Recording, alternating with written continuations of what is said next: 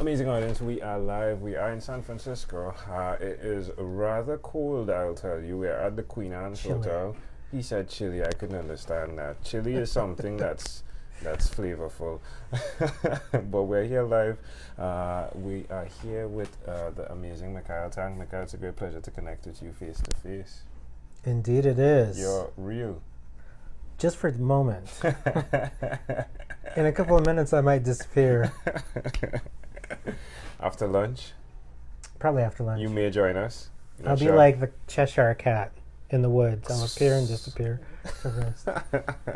So the last time we spoke about a few things. We spoke about your podcast. We spoke about that word that's always challenging for me to pronounce, which starts with A. Archetypal. Archetypal. It's because it's like typal, typal, archetypal, archetypal.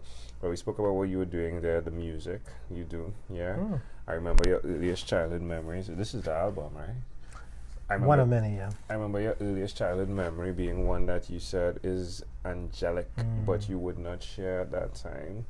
Yeah, it was an interesting conversation. It was like one of those that went like this and this and this, yeah? But you're definitely an amazing guy that has definitely found your uniqueness, if I would say so. And you aren't afraid to operate in it. Is that accurate? Absolutely. I operate in my uniqueness all the time until I am kind of pushed to the wall by someone or something. And at that point, my feathers get ruffled and I have to clear them off like a chicken and quack right back into my uniqueness. Yeah, I love that. Sometimes you need to steer, right? I want my uniqueness. So give us an update. What's new? What's going on? It's been like a year and a half since we last spoke. First of all, it's amazing that you're traveling the country. Oh, thank you. You and your lovely wife are traveling the country to meet with people and to interview them once again. I mean, what a fantastic thing to do. Yeah, I appreciate that. It's been amazing. I'll tell you, we get all the treats. For example, case in point, Just brought some croissants. he just brought some treats for us. And you know, those are the types of things that we experience where you see the beauty in people flourish. Like that took time to get, right? And you got the best of the best. The best in the whole Northern California, yeah. Yeah, so it's amazing to see people and have the opportunity to experience the beauty of people coming to the forefront as we, go through the experiences of this trip. Wow. Well, I'm very happy for the two of you. Very happy. Very happy to be here in your presence. What's new is the term archetypal really has so much in it. You know, there's the archetypal radio, archetypal mosaic, which is available on iTunes, iHeartRadio, and Spotify. I had an incredible guest this year. I had Sigmund Freud's great-granddaughter. I had von Habsburg, the Archduke of Austria. Just incredibly interesting guests that you don't usually find on most shows. And then also archetypally, I released Archetypal Magic writing on Kindle, archetypal music project on all through Sony's The Orchard, which is called Time is Different When We Sleep. And in October, my new record Rasputin is coming out, which is a tie-in with a feature film that I've been working on for over 10 years now. And then what I recently started is a project called Archetypal Counseling. And since you do a kind of a business show, archetypal counseling is both for individuals and businesses. And it's really about, it's not therapy and it's not anything like that. It's not really invasive or anything like that. What it does is you take a look at the archetypes that you're dealing with in the company, the corporation, or as an individual, what's working, what's not working. You find the right things. It's almost like DNA. Your spiritual DNA or your collaborative DNA. And you find the things that work and things that don't. And instead of just rudely and roughly throwing them out or saying you're fired or anything like that, what you're doing is you're just simply finding a better solution, and you're not really destroying anything. So it's called Archetypal Counseling, and it's a business that I have begun. And if you go to my website, which is mikhailtank.com, you can take a look at a video and some other stuff, and you can always hire me. There's also on my social media, which is verified. It's just @Mikhail Tank, which you can join. And What's the next question? So one of the segments we cover is your own unique real shoes, right?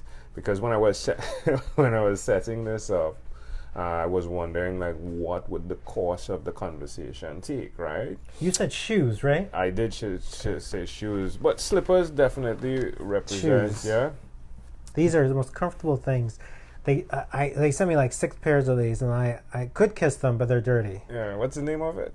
Crocs. These Okay. Crocs they're not available in the store, but they're just so fucking good. Yeah. Pardon me. Oh, yeah, definitely, yeah, yeah. So You step into a pool, you step out of the pool, they dry in 3 seconds. So one of the things we do is like, this is live. Oh, that's the one thing, yeah. So I'm so glad it's yeah, live. yeah. So keep in mind that my children are looking at this, yeah. Oh well, blessings to the children, and forget the bad words I said.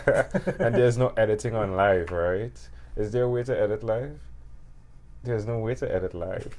So yeah, so this segment covers and explains the concept of your shoes, and you've worn shoes over a period of time. Makes sense? Hats, yeah. So what have been some of the shoes you've worn through your life? Shoes and hats. I have to tell you, here, we have the expression of changing hats. And if you look at my wardrobe, I have like a lot of hats. And hats and shoes, see, the difference between for me and shoes and hats is shoes are always the same because they're grounding. As long as they keep me stable and not, falling off, they're always the same shoes. But the hats change because I do such a variety of things, and I'm an artist, and I go with my soul, here and there. So the hats change, and whatever is up here changes. Whatever down there stays the same. What has been one of your struggles over this period of time? Oh man, unfortunately, there's all this stuff in the air in terms of so much distaste between people arguing and fighting about their beliefs. And even the people who argue for peace are actually full of non-peace. So it's a very big distaste. I really hope that there's a more creative... I'll tell you something. I went to... when Michael Jackson passed on, who was an amazing artist, God bless him, I entered the lottery to go to the Staples Center where Mariah performed and all this stuff. And I won it, and I went over there. And I'll tell you this, there was this incredible, because he surpassed, gender, race, issues. He was above all that with his art. He was an amazing human being. And when I was at this service, with the family there and all this stuff, something happened, and it was like a transcendence. Nobody looked at each other's differences. They just appreciated. And that moment right there was so powerful that as an artist, I find that to be a moment to reach.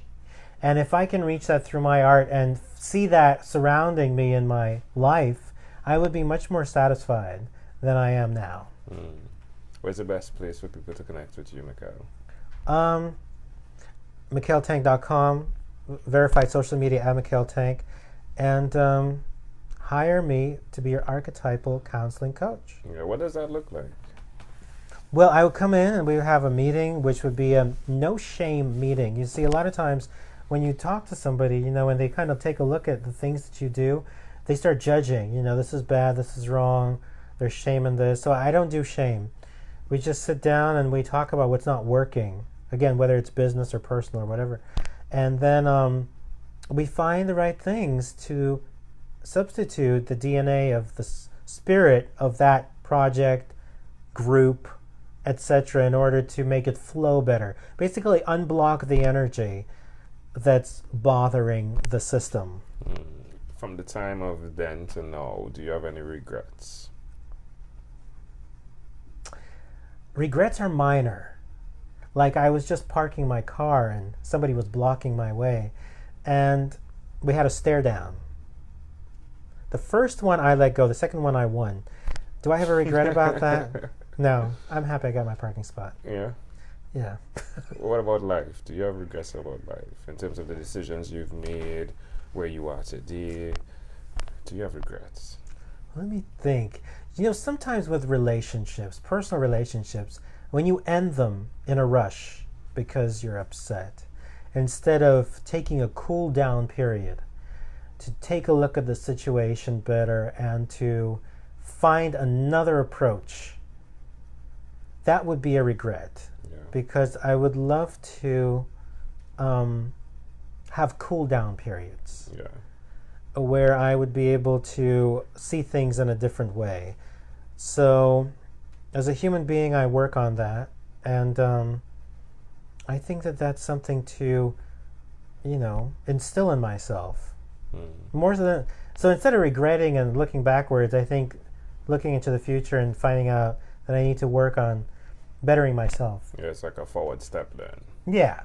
Yeah, I've experienced that as well. We were having conversations on that with someone today as well, and they were talking about, or yesterday, they were talking about how necessary it is to create a space where a person can be who they are, but always have a recycle then. So I can always eat, like, let's say with the relationship that you ended, that there's a point where you could say, hey, let's look this over. Let's have a conversation again, so that isn't the end and die all of that situation. It's a grand opportunity, but what keeps you from doing that, though, from going back to that person and saying, hey, I've had this conversation and I think, hey, I might have been a bit,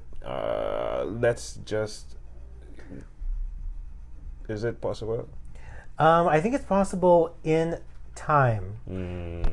I think that people have to grow, and maybe there could be another opportunity. I don't think it's possible immediately, because when people, for example, break up and then all of a sudden come back together, usually they break up soon after, and usually it's even worse. Because the true growth hasn't happened.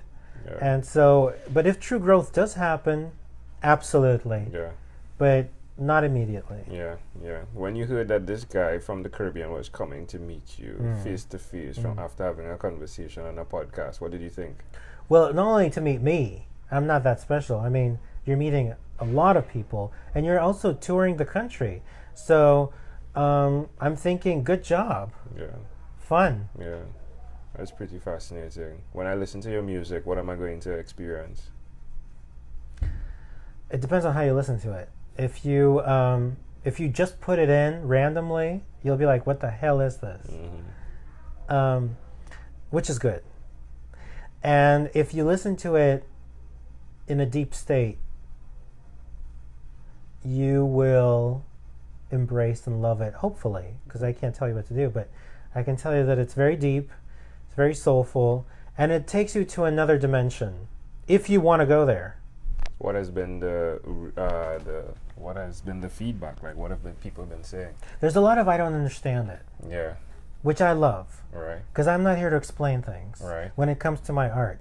When it comes to archetypal stuff, I can explain stuff because I'm doing something for others. But when it comes to my art, I don't need to explain anything. When I go do my shows and reviewers write, I don't understand what Mikhail did, I'm like, good. Because it's not for you to understand. For people who come there and understand, it's for them. For people who come there and don't understand, it's not for them. I don't dumb things down. That's an interesting place to be, though, especially now in social media. You found that people definitely find that they need to express what they think when they don't understand something. I've experienced that recently. It can be hurtful sometimes to read the responses, but it's definitely a decision not to allow that to affect you, isn't it? A decision that I am working on. Because I got to tell you, I definitely can be quite emotional.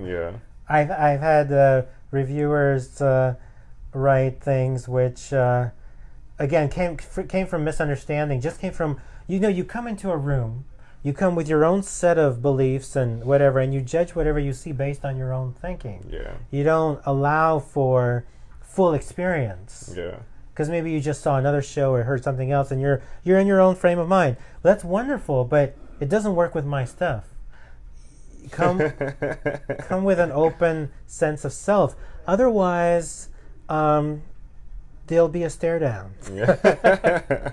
Well, because this has been a great pleasure. I do appreciate you coming through here, having this conversation. Before you leave, is there anything else you'd like to share with our amazing audience? Well, of course, the stare down stuff are all, for fun. But what I want to share is that I'm happy to be here.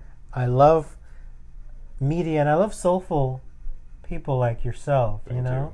You're soulful, I'm soulful, and it means that there's growth. I think the reason for any of this stuff is for people to see new things and for there to be growth ultimately. So I feel that I've already had a little bit of growth just by being with you. Yeah, I feel that way too, my friend. Most definitely.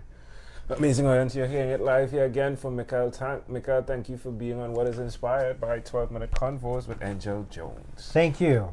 Boom! Did you have fun?